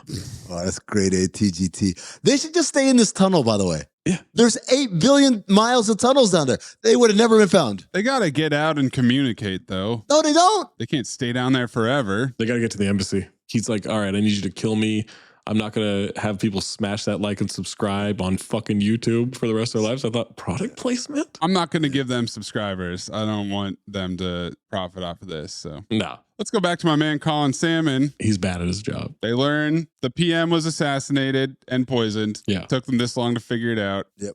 A lot of tactical redundancy here, but since they can't tell the difference between good and bad guys, their plan is everybody go home. We're done. Stand down. Put the air raid siren on, and everyone goes home, and anyone who isn't home is a terrorist. Must be a terrorist. That makes sense because the terrorists apparently, despite having infiltrated the highest levels of your government and your law enforcement, don't know about the air raid system. Nope. What the fuck does that sound? Just keep going. Surrender London. It's incredibly effective because the streets are clear for the rest of the movie. Everyone knows. Everybody follows the air raid siren. It's not like when I get a fucking tornado warning. Down on alert. They get to the safe house. Boom. Hot with a vagina. Told you. Is Auntie in? That's the code phrase. And she opens with banter. Mm-hmm. What a pleasure this is. 2 handsome men visiting me on this lovely evening. I'm like, what are you talking about, man? She reminded me of the bartender in Marked for Death. The nurse bartender Marked for Death is not in the middle of the biggest terror attack in the history of the world. I don't know, man. A lot of Jamaicans come in firing their guns and shooting up the place. As I said in the character description, her name is Jacqueline Jackson, or Jake Jacks if you're nasty. There's a message from Freeman with the 70-pound king mackerel code. From the beginning of the movie. There's a lot of tactical redundancy and exposition here, but she does drop the line, it's the United Nations of every fucking buddy who hates us. You mean the un-United Nations? Save note 2. Repeat offender? Minaj. They just bought Bane. Bane! She thinks there's a mole, and she's trying to figure out who, and then Butler gives the president a glass of water and slams his. I don't know about you, but I'm thirsty as fuck. Yeah. I don't know about you, but I'm thirsty as fuck. How the fuck you say it like that, man? I laughed. I laughed. The hardest I've ever laughed in any of these movies. Lock it in for my golden dumpster because he just chugs a glass of water. Yep. It took me by surprise so much because I thought it was alcohol until he chugs it. President's thinking about his son, sends him jokes every day. Fuck this poppy talk, man. A little off color, and I said, I bet he has a memes algorithm. Same note too. President's son sends memes from my algorithm. And then he starts talking about I don't care. Raising a kid. I'm a dad. You're going to be a dad. Whatever. And also the golden rule. And I said, Mayes, hit the T-Pain. What about all the other stuff? That stuff takes care of itself. Really? Nah, your wife take care of that shit. Oh. Is that what he said? No, not quite. Maybe just my version.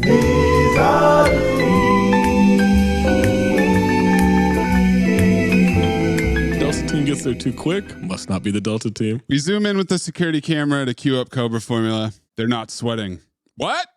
That gear weighs 40 pounds. They just stocked from all the way outside the wire. Not a drop of sweat. What's happening here? He's smarter than everybody. Going around the back. Doesn't look like rescue formation.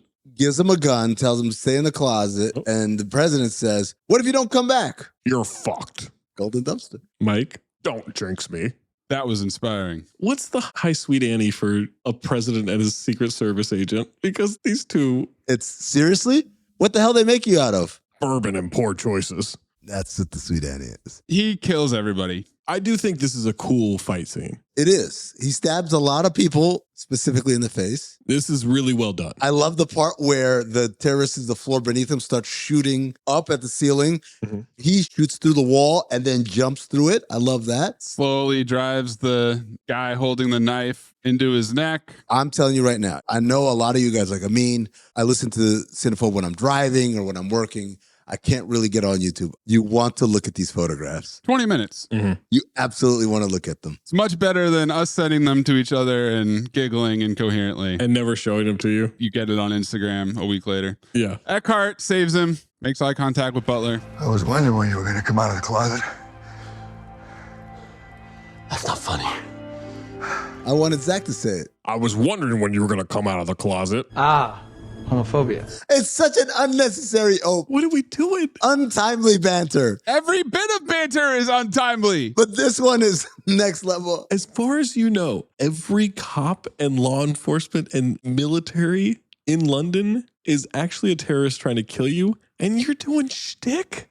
Yes. Meanwhile, Jake Jackson, if you're nasty, no. shows up at HQ, walks up to the dude and says, we have a mole. I said, well, don't tell him. Walks up to the mole. She walked up to the mole. The black guy shows up and he looked mad suspicious. Oh, Lord, don't let him be the black guy. I wish he was the mole because it would explain his incompetence. I thought they were going to make him for sure. But he's just incompetent. Just incompetent. He's so fucking stupid. That's progressive, I guess. I don't know. Zach, it's the same thing with the Angela Bassett thing. It's like, oh, no, he's not a mole. He's just a...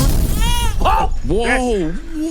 Well, you got to supercharge that. Whoa! See? We're progressive. The president hasn't driven in 6 years, guys, because he's the president. If you haven't driven in 6 years, how would you drive? Amazing. It's like driving a car. Yeah, that's not hard. It'd be harder because I've never driven in London before. I've never been on this side of the road. No one is on the street. You can drive on whatever side you want. That's a good point. Back in the Situation Room, they figure out where Barkawi's headquarters are.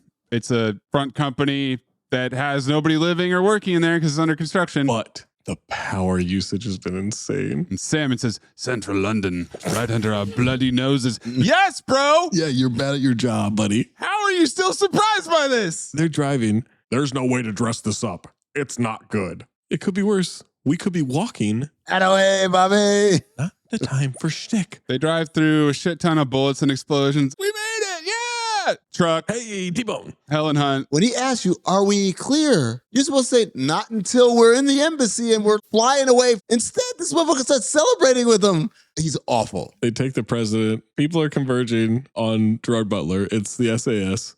Butler says they intend to execute the president in broadcast. He says, we know, 8 p.m. It's all over the internet. Hulu has live executions now. And this is when his accent starts slipping because he's talking to another Scottish guy. We can't let you come with us, mate. How many times you saved this man's ass? Now I'm gonna go get him. And you can either kill me or you can come with me. But I ain't gonna go any other way.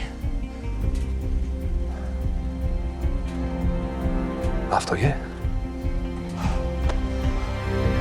These guys show up so late. Well, they just got deployed because they just figured out where they're sending them. Yeah. It's not just SAS. There are Marines there, aren't there? Because I see the light camo of... Oh, I don't know. I thought it was just SAS, but maybe you're right. So why are some of them in black and some of them aren't? Because they're almost at the embassy. And if they're Marines at the embassy, it kind of feels foolish for them to wait here while the president has to fucking make his way through these streets. Go to the command center. Jax. Hey, Jax, if you're nasty. Spends 5 minutes on the computer, fixes everything. Colin Saban's like, what? I don't know. We have a computer. I borderline think he doesn't work there. He's like Nandor in What We Do in the Shadows, and he's a janitor. Yeah, I was going to say Kramer, when he started showing up to the office, he's got Ritz crackers in his briefcase. Cameron is beating the shit out of the president, talking shit to him. The Scotsman and Butler are trying to break into the headquarters. He tells the Scotsman, things are going to get sporty. What? And the Scotsman says, just watch your balls. Will do. This is the big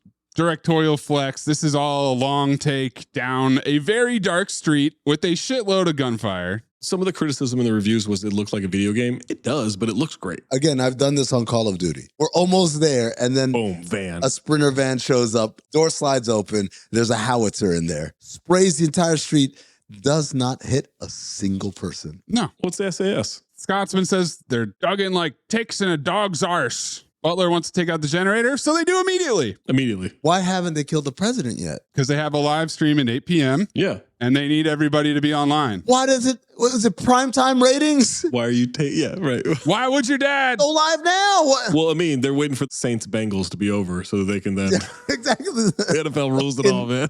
Oh, shit. Butler quickly looks at some blueprints. He's going to go sneak in solo. We get another tracking shot as he parkours his way in. Of some scaffolding. Are you fucking crazy? Yeah, wish me luck. Don't shoot me. TGT. I'm so good at this voice. Assassin's Creed jump into the building. Slides out a cable. He's got my night vision goggles. Monocular, though, only on one eye. He must have helped a divorced dad move his shit out of his place. Cameron's insistence about the live streaming really gets out of control here.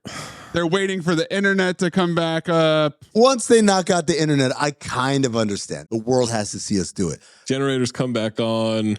He dives to the side as two guys shoot each other up by accident. He comes out of the doorway, shoots two, misses a third, slides out of the doorway, shoots him. 7:57. Yeah, the time updates were very unnecessary. 7:59. Golden Dumpster, the music cutting out and then cutting back on again when he's shooting people. The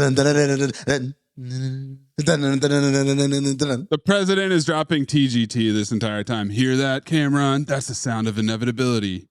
Technology only as good as the dumb shits who are using it. Does he produce a podcast? Unplug it and plug it back in. Now they're good to go. They can do a read for MeUndies. Say hello to the world, Mr. President. He's taking his sweet ass time. Eckhart is all over Times Square. This thing's being broadcast on Times Square? They put it on everything. It was like when J. Jonah Jameson announced that Peter Parker was actually Spider-Man.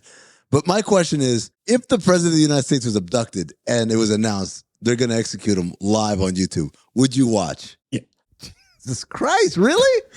I'd be curious. I don't know. You've seen his file history, right? I mean, I'm not saying I would finish the stream. I don't know that I'd watch the death. I'd turn it on. This is what I'll say. And it's not for the reason that people think. Oh, boy. The only way I'd watch it is if it were Trump, because I'd love to hear the shit that he would talk. And Mayes, I need you to clip Shane Gillis. I knew that was coming. Trump getting assassinated. You'd get hit, be like, and fall. It'd be TGT. If all the president is doing while he's getting punched is giving his oath. Yes, because he delivers it toughly. Yes, there's absolutely TGT. Morgan Freeman is watching this going, I'm one swipe away, man. Yes. Cameron comes up and I'm like, you're in the shot, motherfucker. Yeah. You got to stand at an angle or some shit, but you can't just have your ass all up in the camera. Gerard Butler shows up at the last second. He's beating the shit out of Cameron. You know what you guys don't get? A shitload of tough guy talk. We're not a fucking flick. We're not a fucking flag. We're not just one man. Assholes like you have been trying to kill us for a long fucking time. But you know what? 1,000 years from now, we'll still fucking be here. We're not a fucking flag. Assholes like you have been trying to kill us for a long fucking time. But you know what? 1,000 years from now, we'll still fucking be here. That's optimistic, man. Way optimistic. The world's on fire, man. Mace, don't clip it. Let this motherfucker do all the lines. It's funnier. I agree. I'm so good at it. Cameron escapes. What took you so long? Sorry. Had a couple errands to run. Shtick. Banter. Why are they doing that? They get pinned down without ammo. Butler tells the Scotsman to blow it. Are you insane? They blow up the building. I thought they were carefully timed explosives. No. They blew up the gas lines. This shit would wreck a city block, let alone blow up a building. They dive down an elevator shaft 4 stories? Yeah. They sprint towards the incoming fireball. Mm-hmm. Did he know there was an elevator shaft there? Well, he looked at the blueprints. Oh, that's right. He did look at the blueprints. You're right. Shit. I'm going in. That's only when they're about to fix it up. The CGI wide shot of the explosion's bad. Yeah, that's bad. Cameron dies with his ass on. Back to the Situation Room. They find him at the bottom of the elevator shaft, and the president's alive. Morgan Freeman, absolutely no reaction. He's pissed. Ass on. Ass on? No, ass off. He's ass off. He knew he was about to be president. They're in the bottom of the shaft, on their backs. Totally unharmed, by the way. Did I ever tell you I fucking hate funerals? We see the MI6 guy, the limp-dick British dude. He's downstairs putting shit in a car, and Judge Jackson, nasty, walks up on him. This is my golden dumpster. She says, next time you plan to betray your country, how about you steal a car to get you to your getaway vehicle? Preferably one without a GPS, because that just takes the fun out of it. You forgot to delete your access logs, and your authorization code is right there. How to say? And the security cameras saw you logging on? Nah, I'm sure you're fine. What is she doing? And also, he's terrible. Yeah. Have you seen his boss? I have to tell you, this is the most dangerous time since the Great War. His boss literally doesn't know what a computer is. His explanation was so horseshit, like, what? And then she says, so you thought you'd teach us all a lesson? System's failing them. It's broken. Things have to change. Message. Plus, he got 20 million euros. He slowly goes for a gun. She shoots him down. Back in Yemen, Barkawi's making tea. Freeman hits him with the callback. Thought you'd take my call. Barkawi asks him if he thinks the war is over. I'll dedicate my life to your death. This war will not end. Maybe you should look out your window. Drone strike. Boom. Slow motion. Drone operator says target clear of civilian assets. They blow up the building. And let me just tell you, based on the people in the street, absolutely not clear of civilian assets. No. There are mad civilians over there. This is the same thing that got you in this problem to begin with at the beginning of the movie when you decimated a wedding and still missed the target. Newscast position about everything's fine 2 weeks later. You know what this movie needed, though? They said it. London may have fallen. Yeah, they almost said it. So close. But it has always endured and will rise again. Cut to a crying baby. Wife says daddy is taking more time off. President insistent. Show of hands. Who was rooting for the baby to be black? Just me? Okay. VP gives a speech instead of the president. We owe it to our children to engage in the world, and Butler takes that literally, proudly deletes the letter. All 11 words of it. He's been working on that shit forever. Roll credits. Seatbelts fastened. Tray tables in an upright position. Here we go. 4, 3, 2, 1.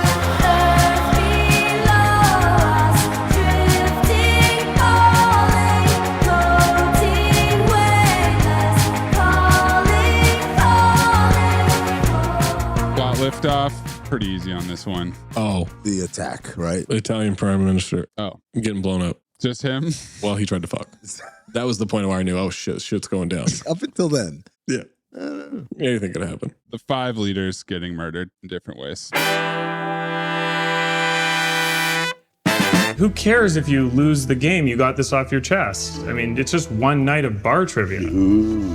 One night of bar trivia is sacrosanct to us. Trivia is sacrosanct. Due to scheduling conflicts, Morgan Freeman and Gerard Butler don't appear in the same scene together in person. The scene in the hallway at the White House uses body doubles and doesn't show both their faces at the same time. Just like the movie Heat. Watch it again knowing that. It's hilarious. I gotta fire it up. The Morgan Freeman body double with the hair is so funny. Antoine Fuqua, who directed Olympus Has Fallen, refused to direct the sequel because he didn't like the script. Good choice. Yep. Morgan Freeman added his voice to the Directions mobile app Waze to support the release of this movie. Although a great deal of this movie was filmed on location, certain scenes which were impossible to film in London, such as the gun battle outside of St. Paul's Cathedral, were instead filmed in, you guessed it, Bulgaria, which I believe makes Bulgaria a repeat offender. India also doubled for the scenes set in rural Pakistan and Yemen. It's unclear how many years the film is set after the events of its precursor film. Asher would be at least 2.5 years into his presidency. It's shown that he's the president at Christmas time, then flash forwards 18 months. And then in this film, it's mentioned over 6 years into his presidency, which would make the events of the film at most 3.5 to 4 years after the first one. Yeah. So I actually wondered about this when I was watching the movie. But whenever they have Air Force One, like any exterior shots of Air Force One, where are they getting this? Well, this Air Force One is a repaint of the modified 747 that was used in Casino Royale. You can recognize it by the twin engines in each of the inner wing pylons and fuel tanks on the outboard ones. Oh, I thought it was the money plane. We never got an exterior of that. Throughout the whole series, Gerard Butler toned down his Scottish accent since his character is American. Well, notably in scenes with fellow Scottish actor Brian Larkin, Butler's accent returns. This is actually a common linguistic phenomenon and generally happens unconsciously. People with multiple accents will generally conform their own accent to match whoever they are talking with at the moment. Isn't that right, Zach, who's been in Scotland forever? I'm not going to throw anybody under the bus here. I think I know what accent I'm talking with. In Hungary, the movie Olympus Has Fallen is titled Attack of the White House. So, naturally, this movie's title was Attack of the White House, Siege of London. Dude, if that was the title of this movie. Oh my God, that's an instant file. Oddly, even though Angela Bassett only accepted her role in the previous installment to work with Morgan Freeman, this time around, she didn't work with him at all. Their characters share no scenes and never interact. Oh, Zach, you'll know this. Maze, I didn't know this. The character Alan Trumbull, Morgan Freeman's character, was the Speaker of the House. That's right. In the previous installment and is the vice president in this one. It's never explained. I forgot about that. If he was either voted to succeed the deceased vice president or ran on the election ticket. Oh, that's right, because who's the vice president? He dies. Yeah. The line Banning says at the end, "The next time I tell you to blow it, just blow it," was improvised by Gerard Butler. Oh, by that. Despite a poster depicting Elizabeth Tower getting destroyed, this never occurs in the film. A publicity still featured on some advertisements also features Angela Bassett aiming with a pistol, but she never carries nor fires a gun in the entire film. She panics the whole time.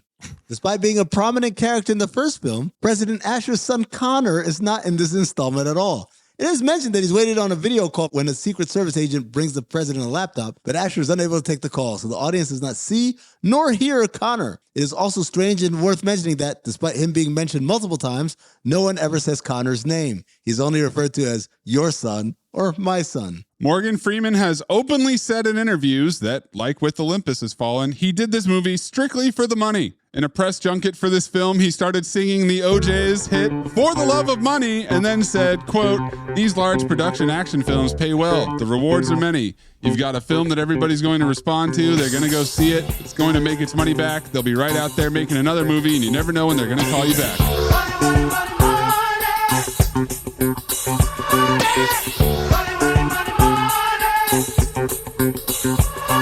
I got paid $2 billion to play Crash Lord. How does that money help you? Well, it does, because that amount is called my quote. That's my rate. So the next film I'm offered, they have to pay that same amount, even if I do a bad job. That means as long as I'm offered even one more movie, I can get $2 more mil. Even if I do a bad job, they got to give me that other $2 mil. It is the only one of the 3 Has Fallen movies not to depict a fictional CIA director. Then squeeze that person in the Situation Room, huh? Eyebrows, boxed him out. Wait, stop that! Is he left-handed? Stupid. No, he's right-handed. No, it's my Morgan Freeman. Well, on that note, Lewis Pinnock Accent Award. No, boys. No. You've gone too far in the episode. What happened? We have the return of our friend, Tony Medley. No way! Runtime 98 minutes, not for children. Although 2013's Olympus Has Fallen was moderately entertaining, it only ranks 3,106 on the all-time domestic gross list at just under $100 million. Even so, it apparently rates a sequel, and this is it. Returning with the same cast, Gerard Butler, Aaron Eckhart, Morgan Freeman, Angela Bassett, Radha Mitchell, etc., the producers went through several writers and still couldn't come up with a script that wasn't filled with hackneyed dialogue that had my audience of critics rolling in the aisles, and they weren't laughing with the movie, they were laughing at it. Spoiler alert, here's some examples of the lines. 1. After President Asher and his personal Secret Service agent Mike Banning barely escape a horrifying attack on a funeral in London that claimed the lives of lots of heads of state and are flying away in a helicopter, Secret Service Director Lynn Jacobs seriously intones as if revealing a secret not apparent to anyone else. That was a trap. When Mike stabs a terrorist to death, Asher inquires, was that really necessary? Number 3. When Mike drinks a bottle of water, I'm thirsty as F... apparently an homage to Bulgarian Judd Apatow. What? 4. When Asher is captured and facing decapitation by his captor, the captor hears some fighting and says, what was that? Asher says, that was the sound of inevitability. 5.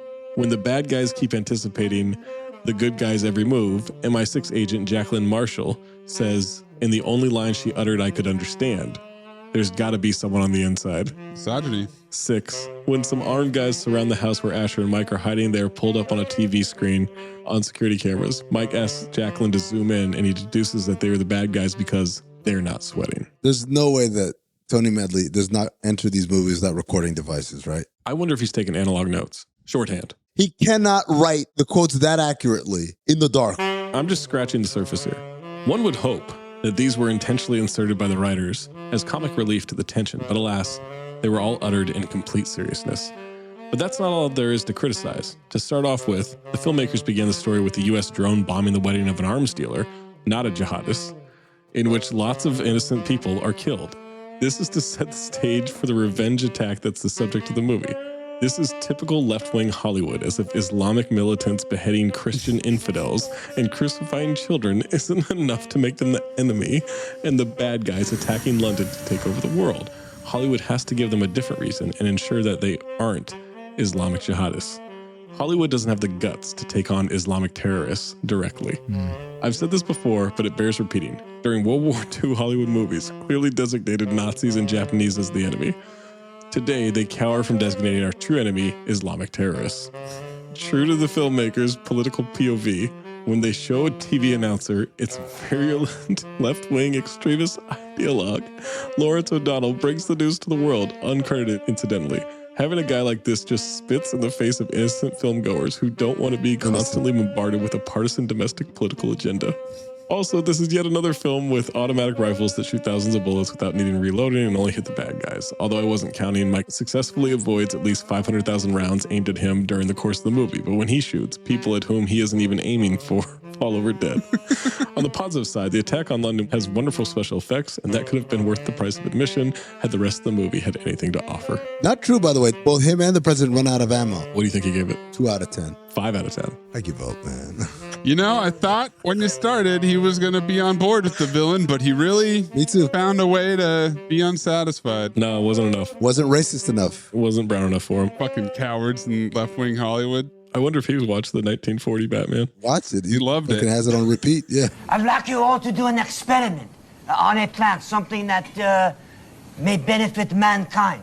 And if you devise something that's groundbreaking, I guarantee you a A in this course. Well, hold on, man. You following me? You can't do that, Lionel. Look, man, if you don't want me to have a foreman job, I understand, but I need my fucking job, man. Louis Pinnock Accent Award. Gerard Butler American. Gerard Butler dropping his American accent and reverting back to Scottish when he's talking to the Scottish SAS guy, or Zach Harper, Gerard Butler. I'll abstain. This is really hard. I think I know who you're going to pick, though. Good abstinence by you right there. I didn't say it. Gerard Butler said it. That wasn't me. I think you know who said it. I'm thirsty as fuck. It's Zach, man.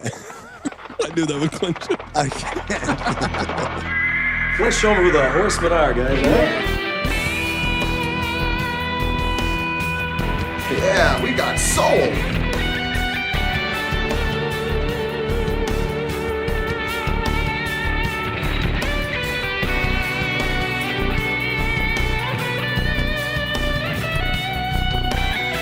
Five horsemen, jogging, banter, jargon, TGT, tough Gerard talk, America. Newscast position. I've got old cliches. And I've got smug. Smug. I like tough Gerard talk if we're going that. Fuck me. I like TGT. Fuck you. Fuck you. Untimely shtick. Untimely shtick. Yeah. The closet one. What the fuck, man? Homophobia. Breathe in through nose, out the mouth. Ass on, ass off. Teddy Rex, Moosey Teddy Rex. Teddy Rex, Moosey Teddy Rex. Ass on. Fuck it, ass off. Ass on. Fuck it, ass off. Michael Biehn Memorial Ass On Award. Thomas Jane as President Benjamin Asher. Southpaw. He's so bad. That's my pick. I had the entire Situation Room because it pissed me off. They're pretty bad. It was such a waste of all of them. Eyebrows is a lot of things. He's not ass on, though. And Morgan Freeman's not ass on. I think it's Aaron Eckhart. I think he's terrible. I know this is a very small window. It's the guy who tells the president that he's got a phone call. That guy's awful. You have a phone call, Mr. President. I'm like, what are you doing, dude? No. Maze. I can't do that one. So I guess it's Aaron Eckhart. How about the mom-in-law, the winner of the Danny Houston? She was kind of ass off. I don't know what you mean. Yeah, she's kind of good in that role. The gas wasn't great, but her not understanding the hits that he was dropping was pretty ass off. Yeah. Okay. There you go. Guy Pearce, congratulations. Carl Weathers Memorial Ass Off Award. I had Charlotte Riley as Jax. But does Gerard Butler win it by default? Nope. I think he does. No. Come on, man. I think we know who wins ass off. Vice President Trumbull out here running the country, running foreign policy, and catching mackerel, or maybe not. Definitely not catching it. Almost catching mackerel, yeah. Here's the problem with that. It's a little edge in the cockpit. That's the Situation Room. That's the Edge in the Cockpit Award. The whole room. He doesn't get to do a whole lot, which is annoying to me. He clearly mailed it in. Oh, no. Didn't mail it in. He's a professional, man. He does this shit where he talks shit to Markowie. That's a great point. I knew you would take my call. Why is he Bane now? I don't know. I'm going to change ass on to Amin. I'm not acting. And Louis Pinnock. He had a scene where he acted with the body double in the hallway, and then he sat at the end of the table of the Situation Room for the rest of the movie. You know what? I didn't know that was a body double when I watched it. Ass off. Morgan Freeman gets it. There you go.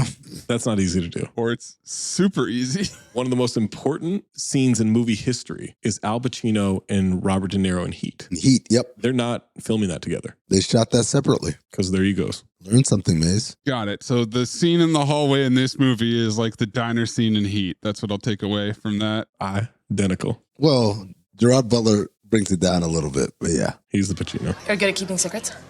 Absolutely. Because I've got a present for you. Secret present outside by the dumpster. Is it a baseball mitt?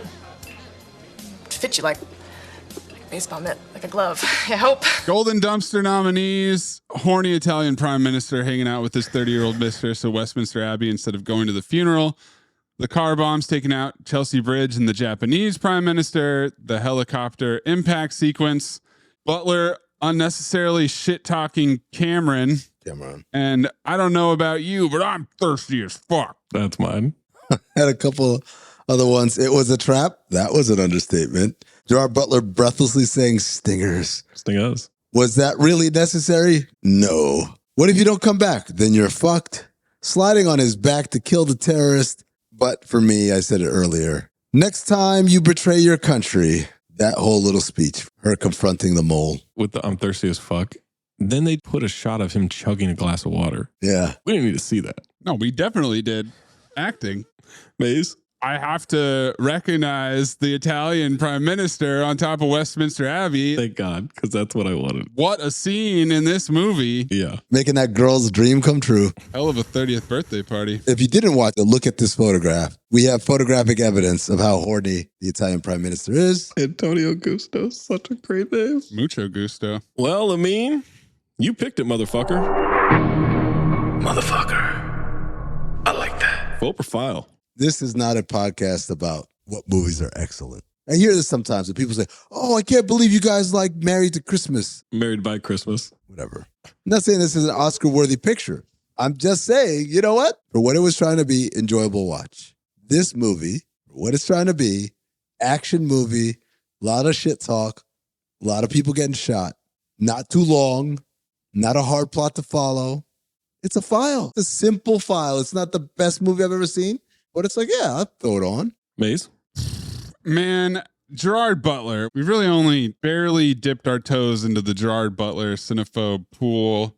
This was not nearly as compelling as Law Abiding Citizen. No, it's not. Start there. I thought that was a much better movie, front to back. For sure. And also Anthony Edwards isn't Michael Jordan, but go on. You think this movie's Anthony Edwards? I don't know about you, but I'm thirsty as fuck. It had some strong Liam Neeson career change vibes. This Has Fallen series feels like the Taken series in a way where it's like, let's keep plugging him into new terrible situations. I was pretty bored the first 30 minutes with all the setup.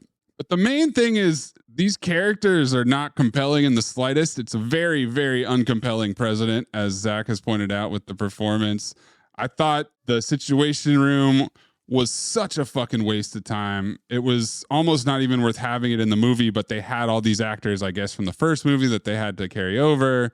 And it felt hollow.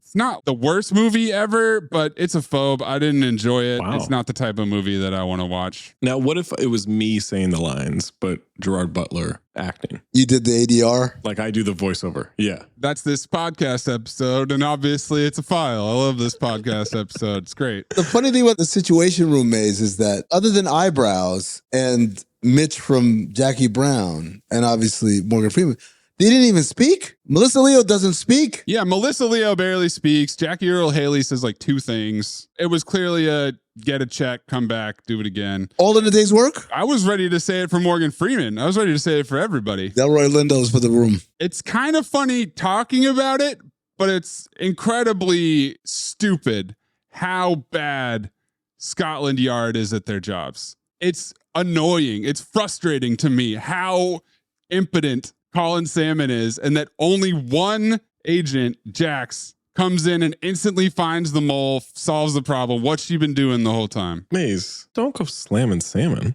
Her name's Jay Jax if you're nasty. No, it's not. Zach, profile. I genuinely dislike Gerard Butler. I've never liked him. I've never understood the appeal other than, all right, he's good looking, he's in good shape, whatever. I'm not picking up a lot of hate from your impression, though. You're not channeling that into the voice. Well, I'm a thespian. I don't know what to tell you.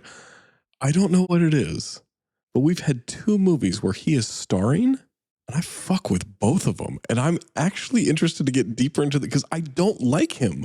The Ugly Truth. I've seen him in a bunch of movies. He's awful. I think he's so unlikable. But at least with these action thriller movies, fuck, man, I liked it. It's a file. It's a very confusing thing for me because I genuinely think he sucks. But he's bringing in these action movies. I'm going to tell you guys right now, in terms of actors who I have on the to-do list, I think only Ice Cube and Liam Neeson have more names on their list, more movies. Make sure you send us your phone profile. I'm not doing Ice Cube. Golden Dumpster, Ass on, Ass off, 5 Horsemen, Louis Pinnock, at Talk Hoops, at Darth Amin, at Cornpuzzle, at Cinephobe, at Count the Dings, or drop in the Discord by being a Patreon member, patreon.com/countthedings. You can't give us a little Ice Cube? Next time we make love, you introduce me to Jade.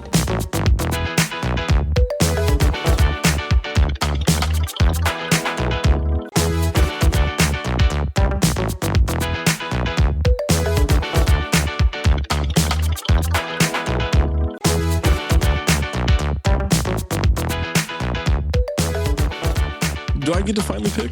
Oh, we're all the way into February, and Zach gets to make his God. first pick of 2025. Take for fucking ever, man. Well, February, hold on. What Hallmark movie are we doing now? Wait, hold on. Traditionally, Cinephobe. Oh. February is. I'm so glad. Mm-hmm. I hope I'm saying this in a respectful way. No, hard R. You want movies starring black actors. I would. It's Black Heritage Month. Right. Which we've celebrated for hundreds of years. Oh, shit. It's January 30th. I'm wrong. Nah. Heck, Zach, just pick whatever racist movie you wanted to. Well, Soul Man 2. One of those 5 Thursday Januaries, you know? You know what? Because in the past, we've had moments where maybe people thought we didn't do the month properly. No, I'm going to extend it into late January. Okay? We're moving it up. We're celebrating Black Heritage Month the way we should. And I'm going with an actor who believes he's black. Maze, do you remember at the beginning of this episode when we were going through the credits? Yeah. This movie, London Has Fallen, was directed by Babak Najafi. Mm-hmm. He also directed a movie called Easy Money 2, Hard to Kill. So I'm using the daisy chain of the words Hard to Kill to give us the 1990 Steven Seagal movie, Hard to Kill. We're back to Seagal. I love Nicholas, all right? Yep. And I believe Steven Seagal says he's black. He grew up as a black child, he said. So to be clear, the director had a movie. Why don't you just say because Gerard Butler is hard to kill in the movie? No. Okay. I'll do a different daisy chain if you want. Waiting years to get revenge. There's another daisy chain. His name in the movie is Mason Storm. Cameron and Mace.